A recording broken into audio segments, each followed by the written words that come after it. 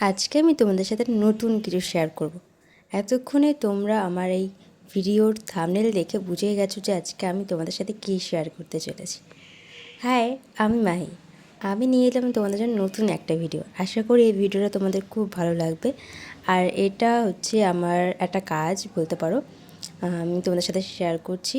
তো এই কাজটা করতে গিয়ে আমি কী কী প্রবলেম ফেস করেছি এবং কতটুকু করতে পেরেছি সেটাই আমি তোমাদের সাথে শেয়ার করব। তো চলো বেশি না বকে বলি। এই যে আমি নতুন উলের কাজ করছি, তো এই উলের কাজ করতে গিয়ে কিন্তু আমাকে প্রথমেই যে আমি একেবারে পেরে গেছি তা নয়, কিন্তু জিনিসটা যে ধরতে পারবে একদম সোজা। সত্যি কথা বলতে আমি কিন্তু এটা আমার বৌদির কাছে শিখেছি।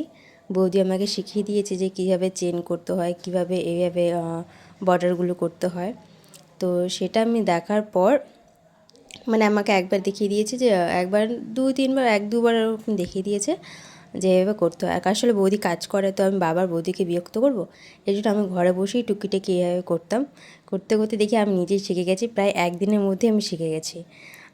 মানে আমি কাজ সারার পর বসতাম একটু উলটা নিয়ে, বসতে বসতে এরকম শিখে গেছি। প্রথমে চেন করতাম, তারপর এরকম ফুল, তারপর ভরাট ফুল, এরকম করতে করতে আমি মানে অনেকটাই শিখে গেছি।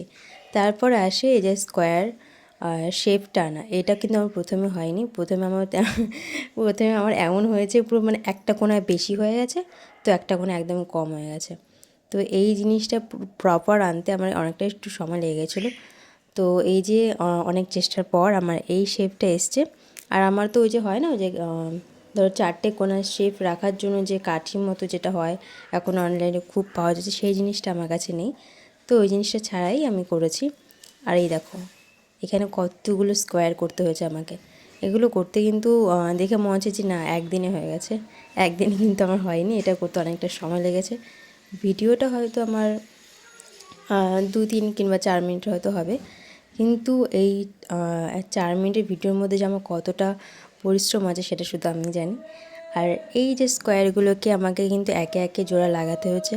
প্রথমে আমাকে কিন্তু রেখে দেখতে হয়েছে যে এটা কীভাবে করলে সুবিধা হয়, মানে এই শেপটা যাতে আসে, ব্যাগের শেপটা যাতে আসে।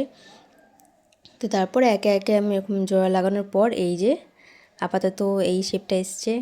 তারপর এই যে হাতা যেটা হয়, ব্যাগের হাতল যেটা, সেটা আমাকে করতে হয়েছে। সেটা আমি এক্সট্রাকে একটা আমি দু রকমভাবে করেছি। একটা ব্যাগের সাথে লাগিয়ে করেছি, মানে ব্যাগের থেকে শুরু করেছি জিনিসটা। আর একটা আমি ব্যাগে এমনি হাতে করে নিয়েছি, তারপরে ব্যাগের সাথে আমি লাগিয়ে নিয়েছি। আর এটার সাথে আমি নতুন কিছু অ্যাড করেছি, যেটা হচ্ছে যে ঝুমকো, যেটা মানে টিউলিপ ফুলের মতো অনেকটা দেখতে। এটা দিয়েছি আমি, বেশ আমার কাছে বেশ কিউট লেগেছে এই জিনিসটা। তো আমি এটার সাথে নতুন অ্যাড করে দেখলাম যে কেমন লাগে। তারপরে দেখলাম যে না, ভালো লাগছে, একটু অন্যরকম লাগছে। মানে কী বলবো, এই ফিতের সাথে আমি এটাকে দুটো, এর মধ্যে 3টে করে আছে, হ্যাঁ, এক একটা ঝুমকোতে 3টে করে ফুল দিয়েছি এবং পাতা দিয়েছি। হোয়াইট কালারের পাতা দিয়েছি, যেহেতু আমি হোয়াইট আর ব্লু কালার দিয়ে করছি, তাই আমি এই 3টে ফুল দিয়েছি, বেশি দিইনি। আবার খুব কম দিলেও ভালো লাগছিলো না, তাই আমি 3টে করেই আমি দিয়েছি। দেওয়ার পর এই যে আমার ফাইনাল লুক।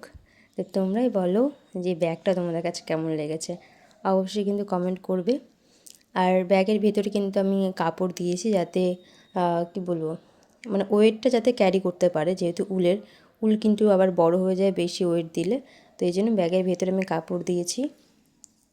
আর এটা কিন্তু যখন যেখানে খুশি নিয়ে যেতে পারবে, সব কিছুর সাথে ক্যারি করা যায় এই একটা। তো এই ভিডিওটা তোমাদের কেমন লাগলো আমাকে কিন্তু অবশ্যই কমেন্ট করে জানাবে। আশায় থাকলাম তোমাদের কমেন্টের। তো টাটা।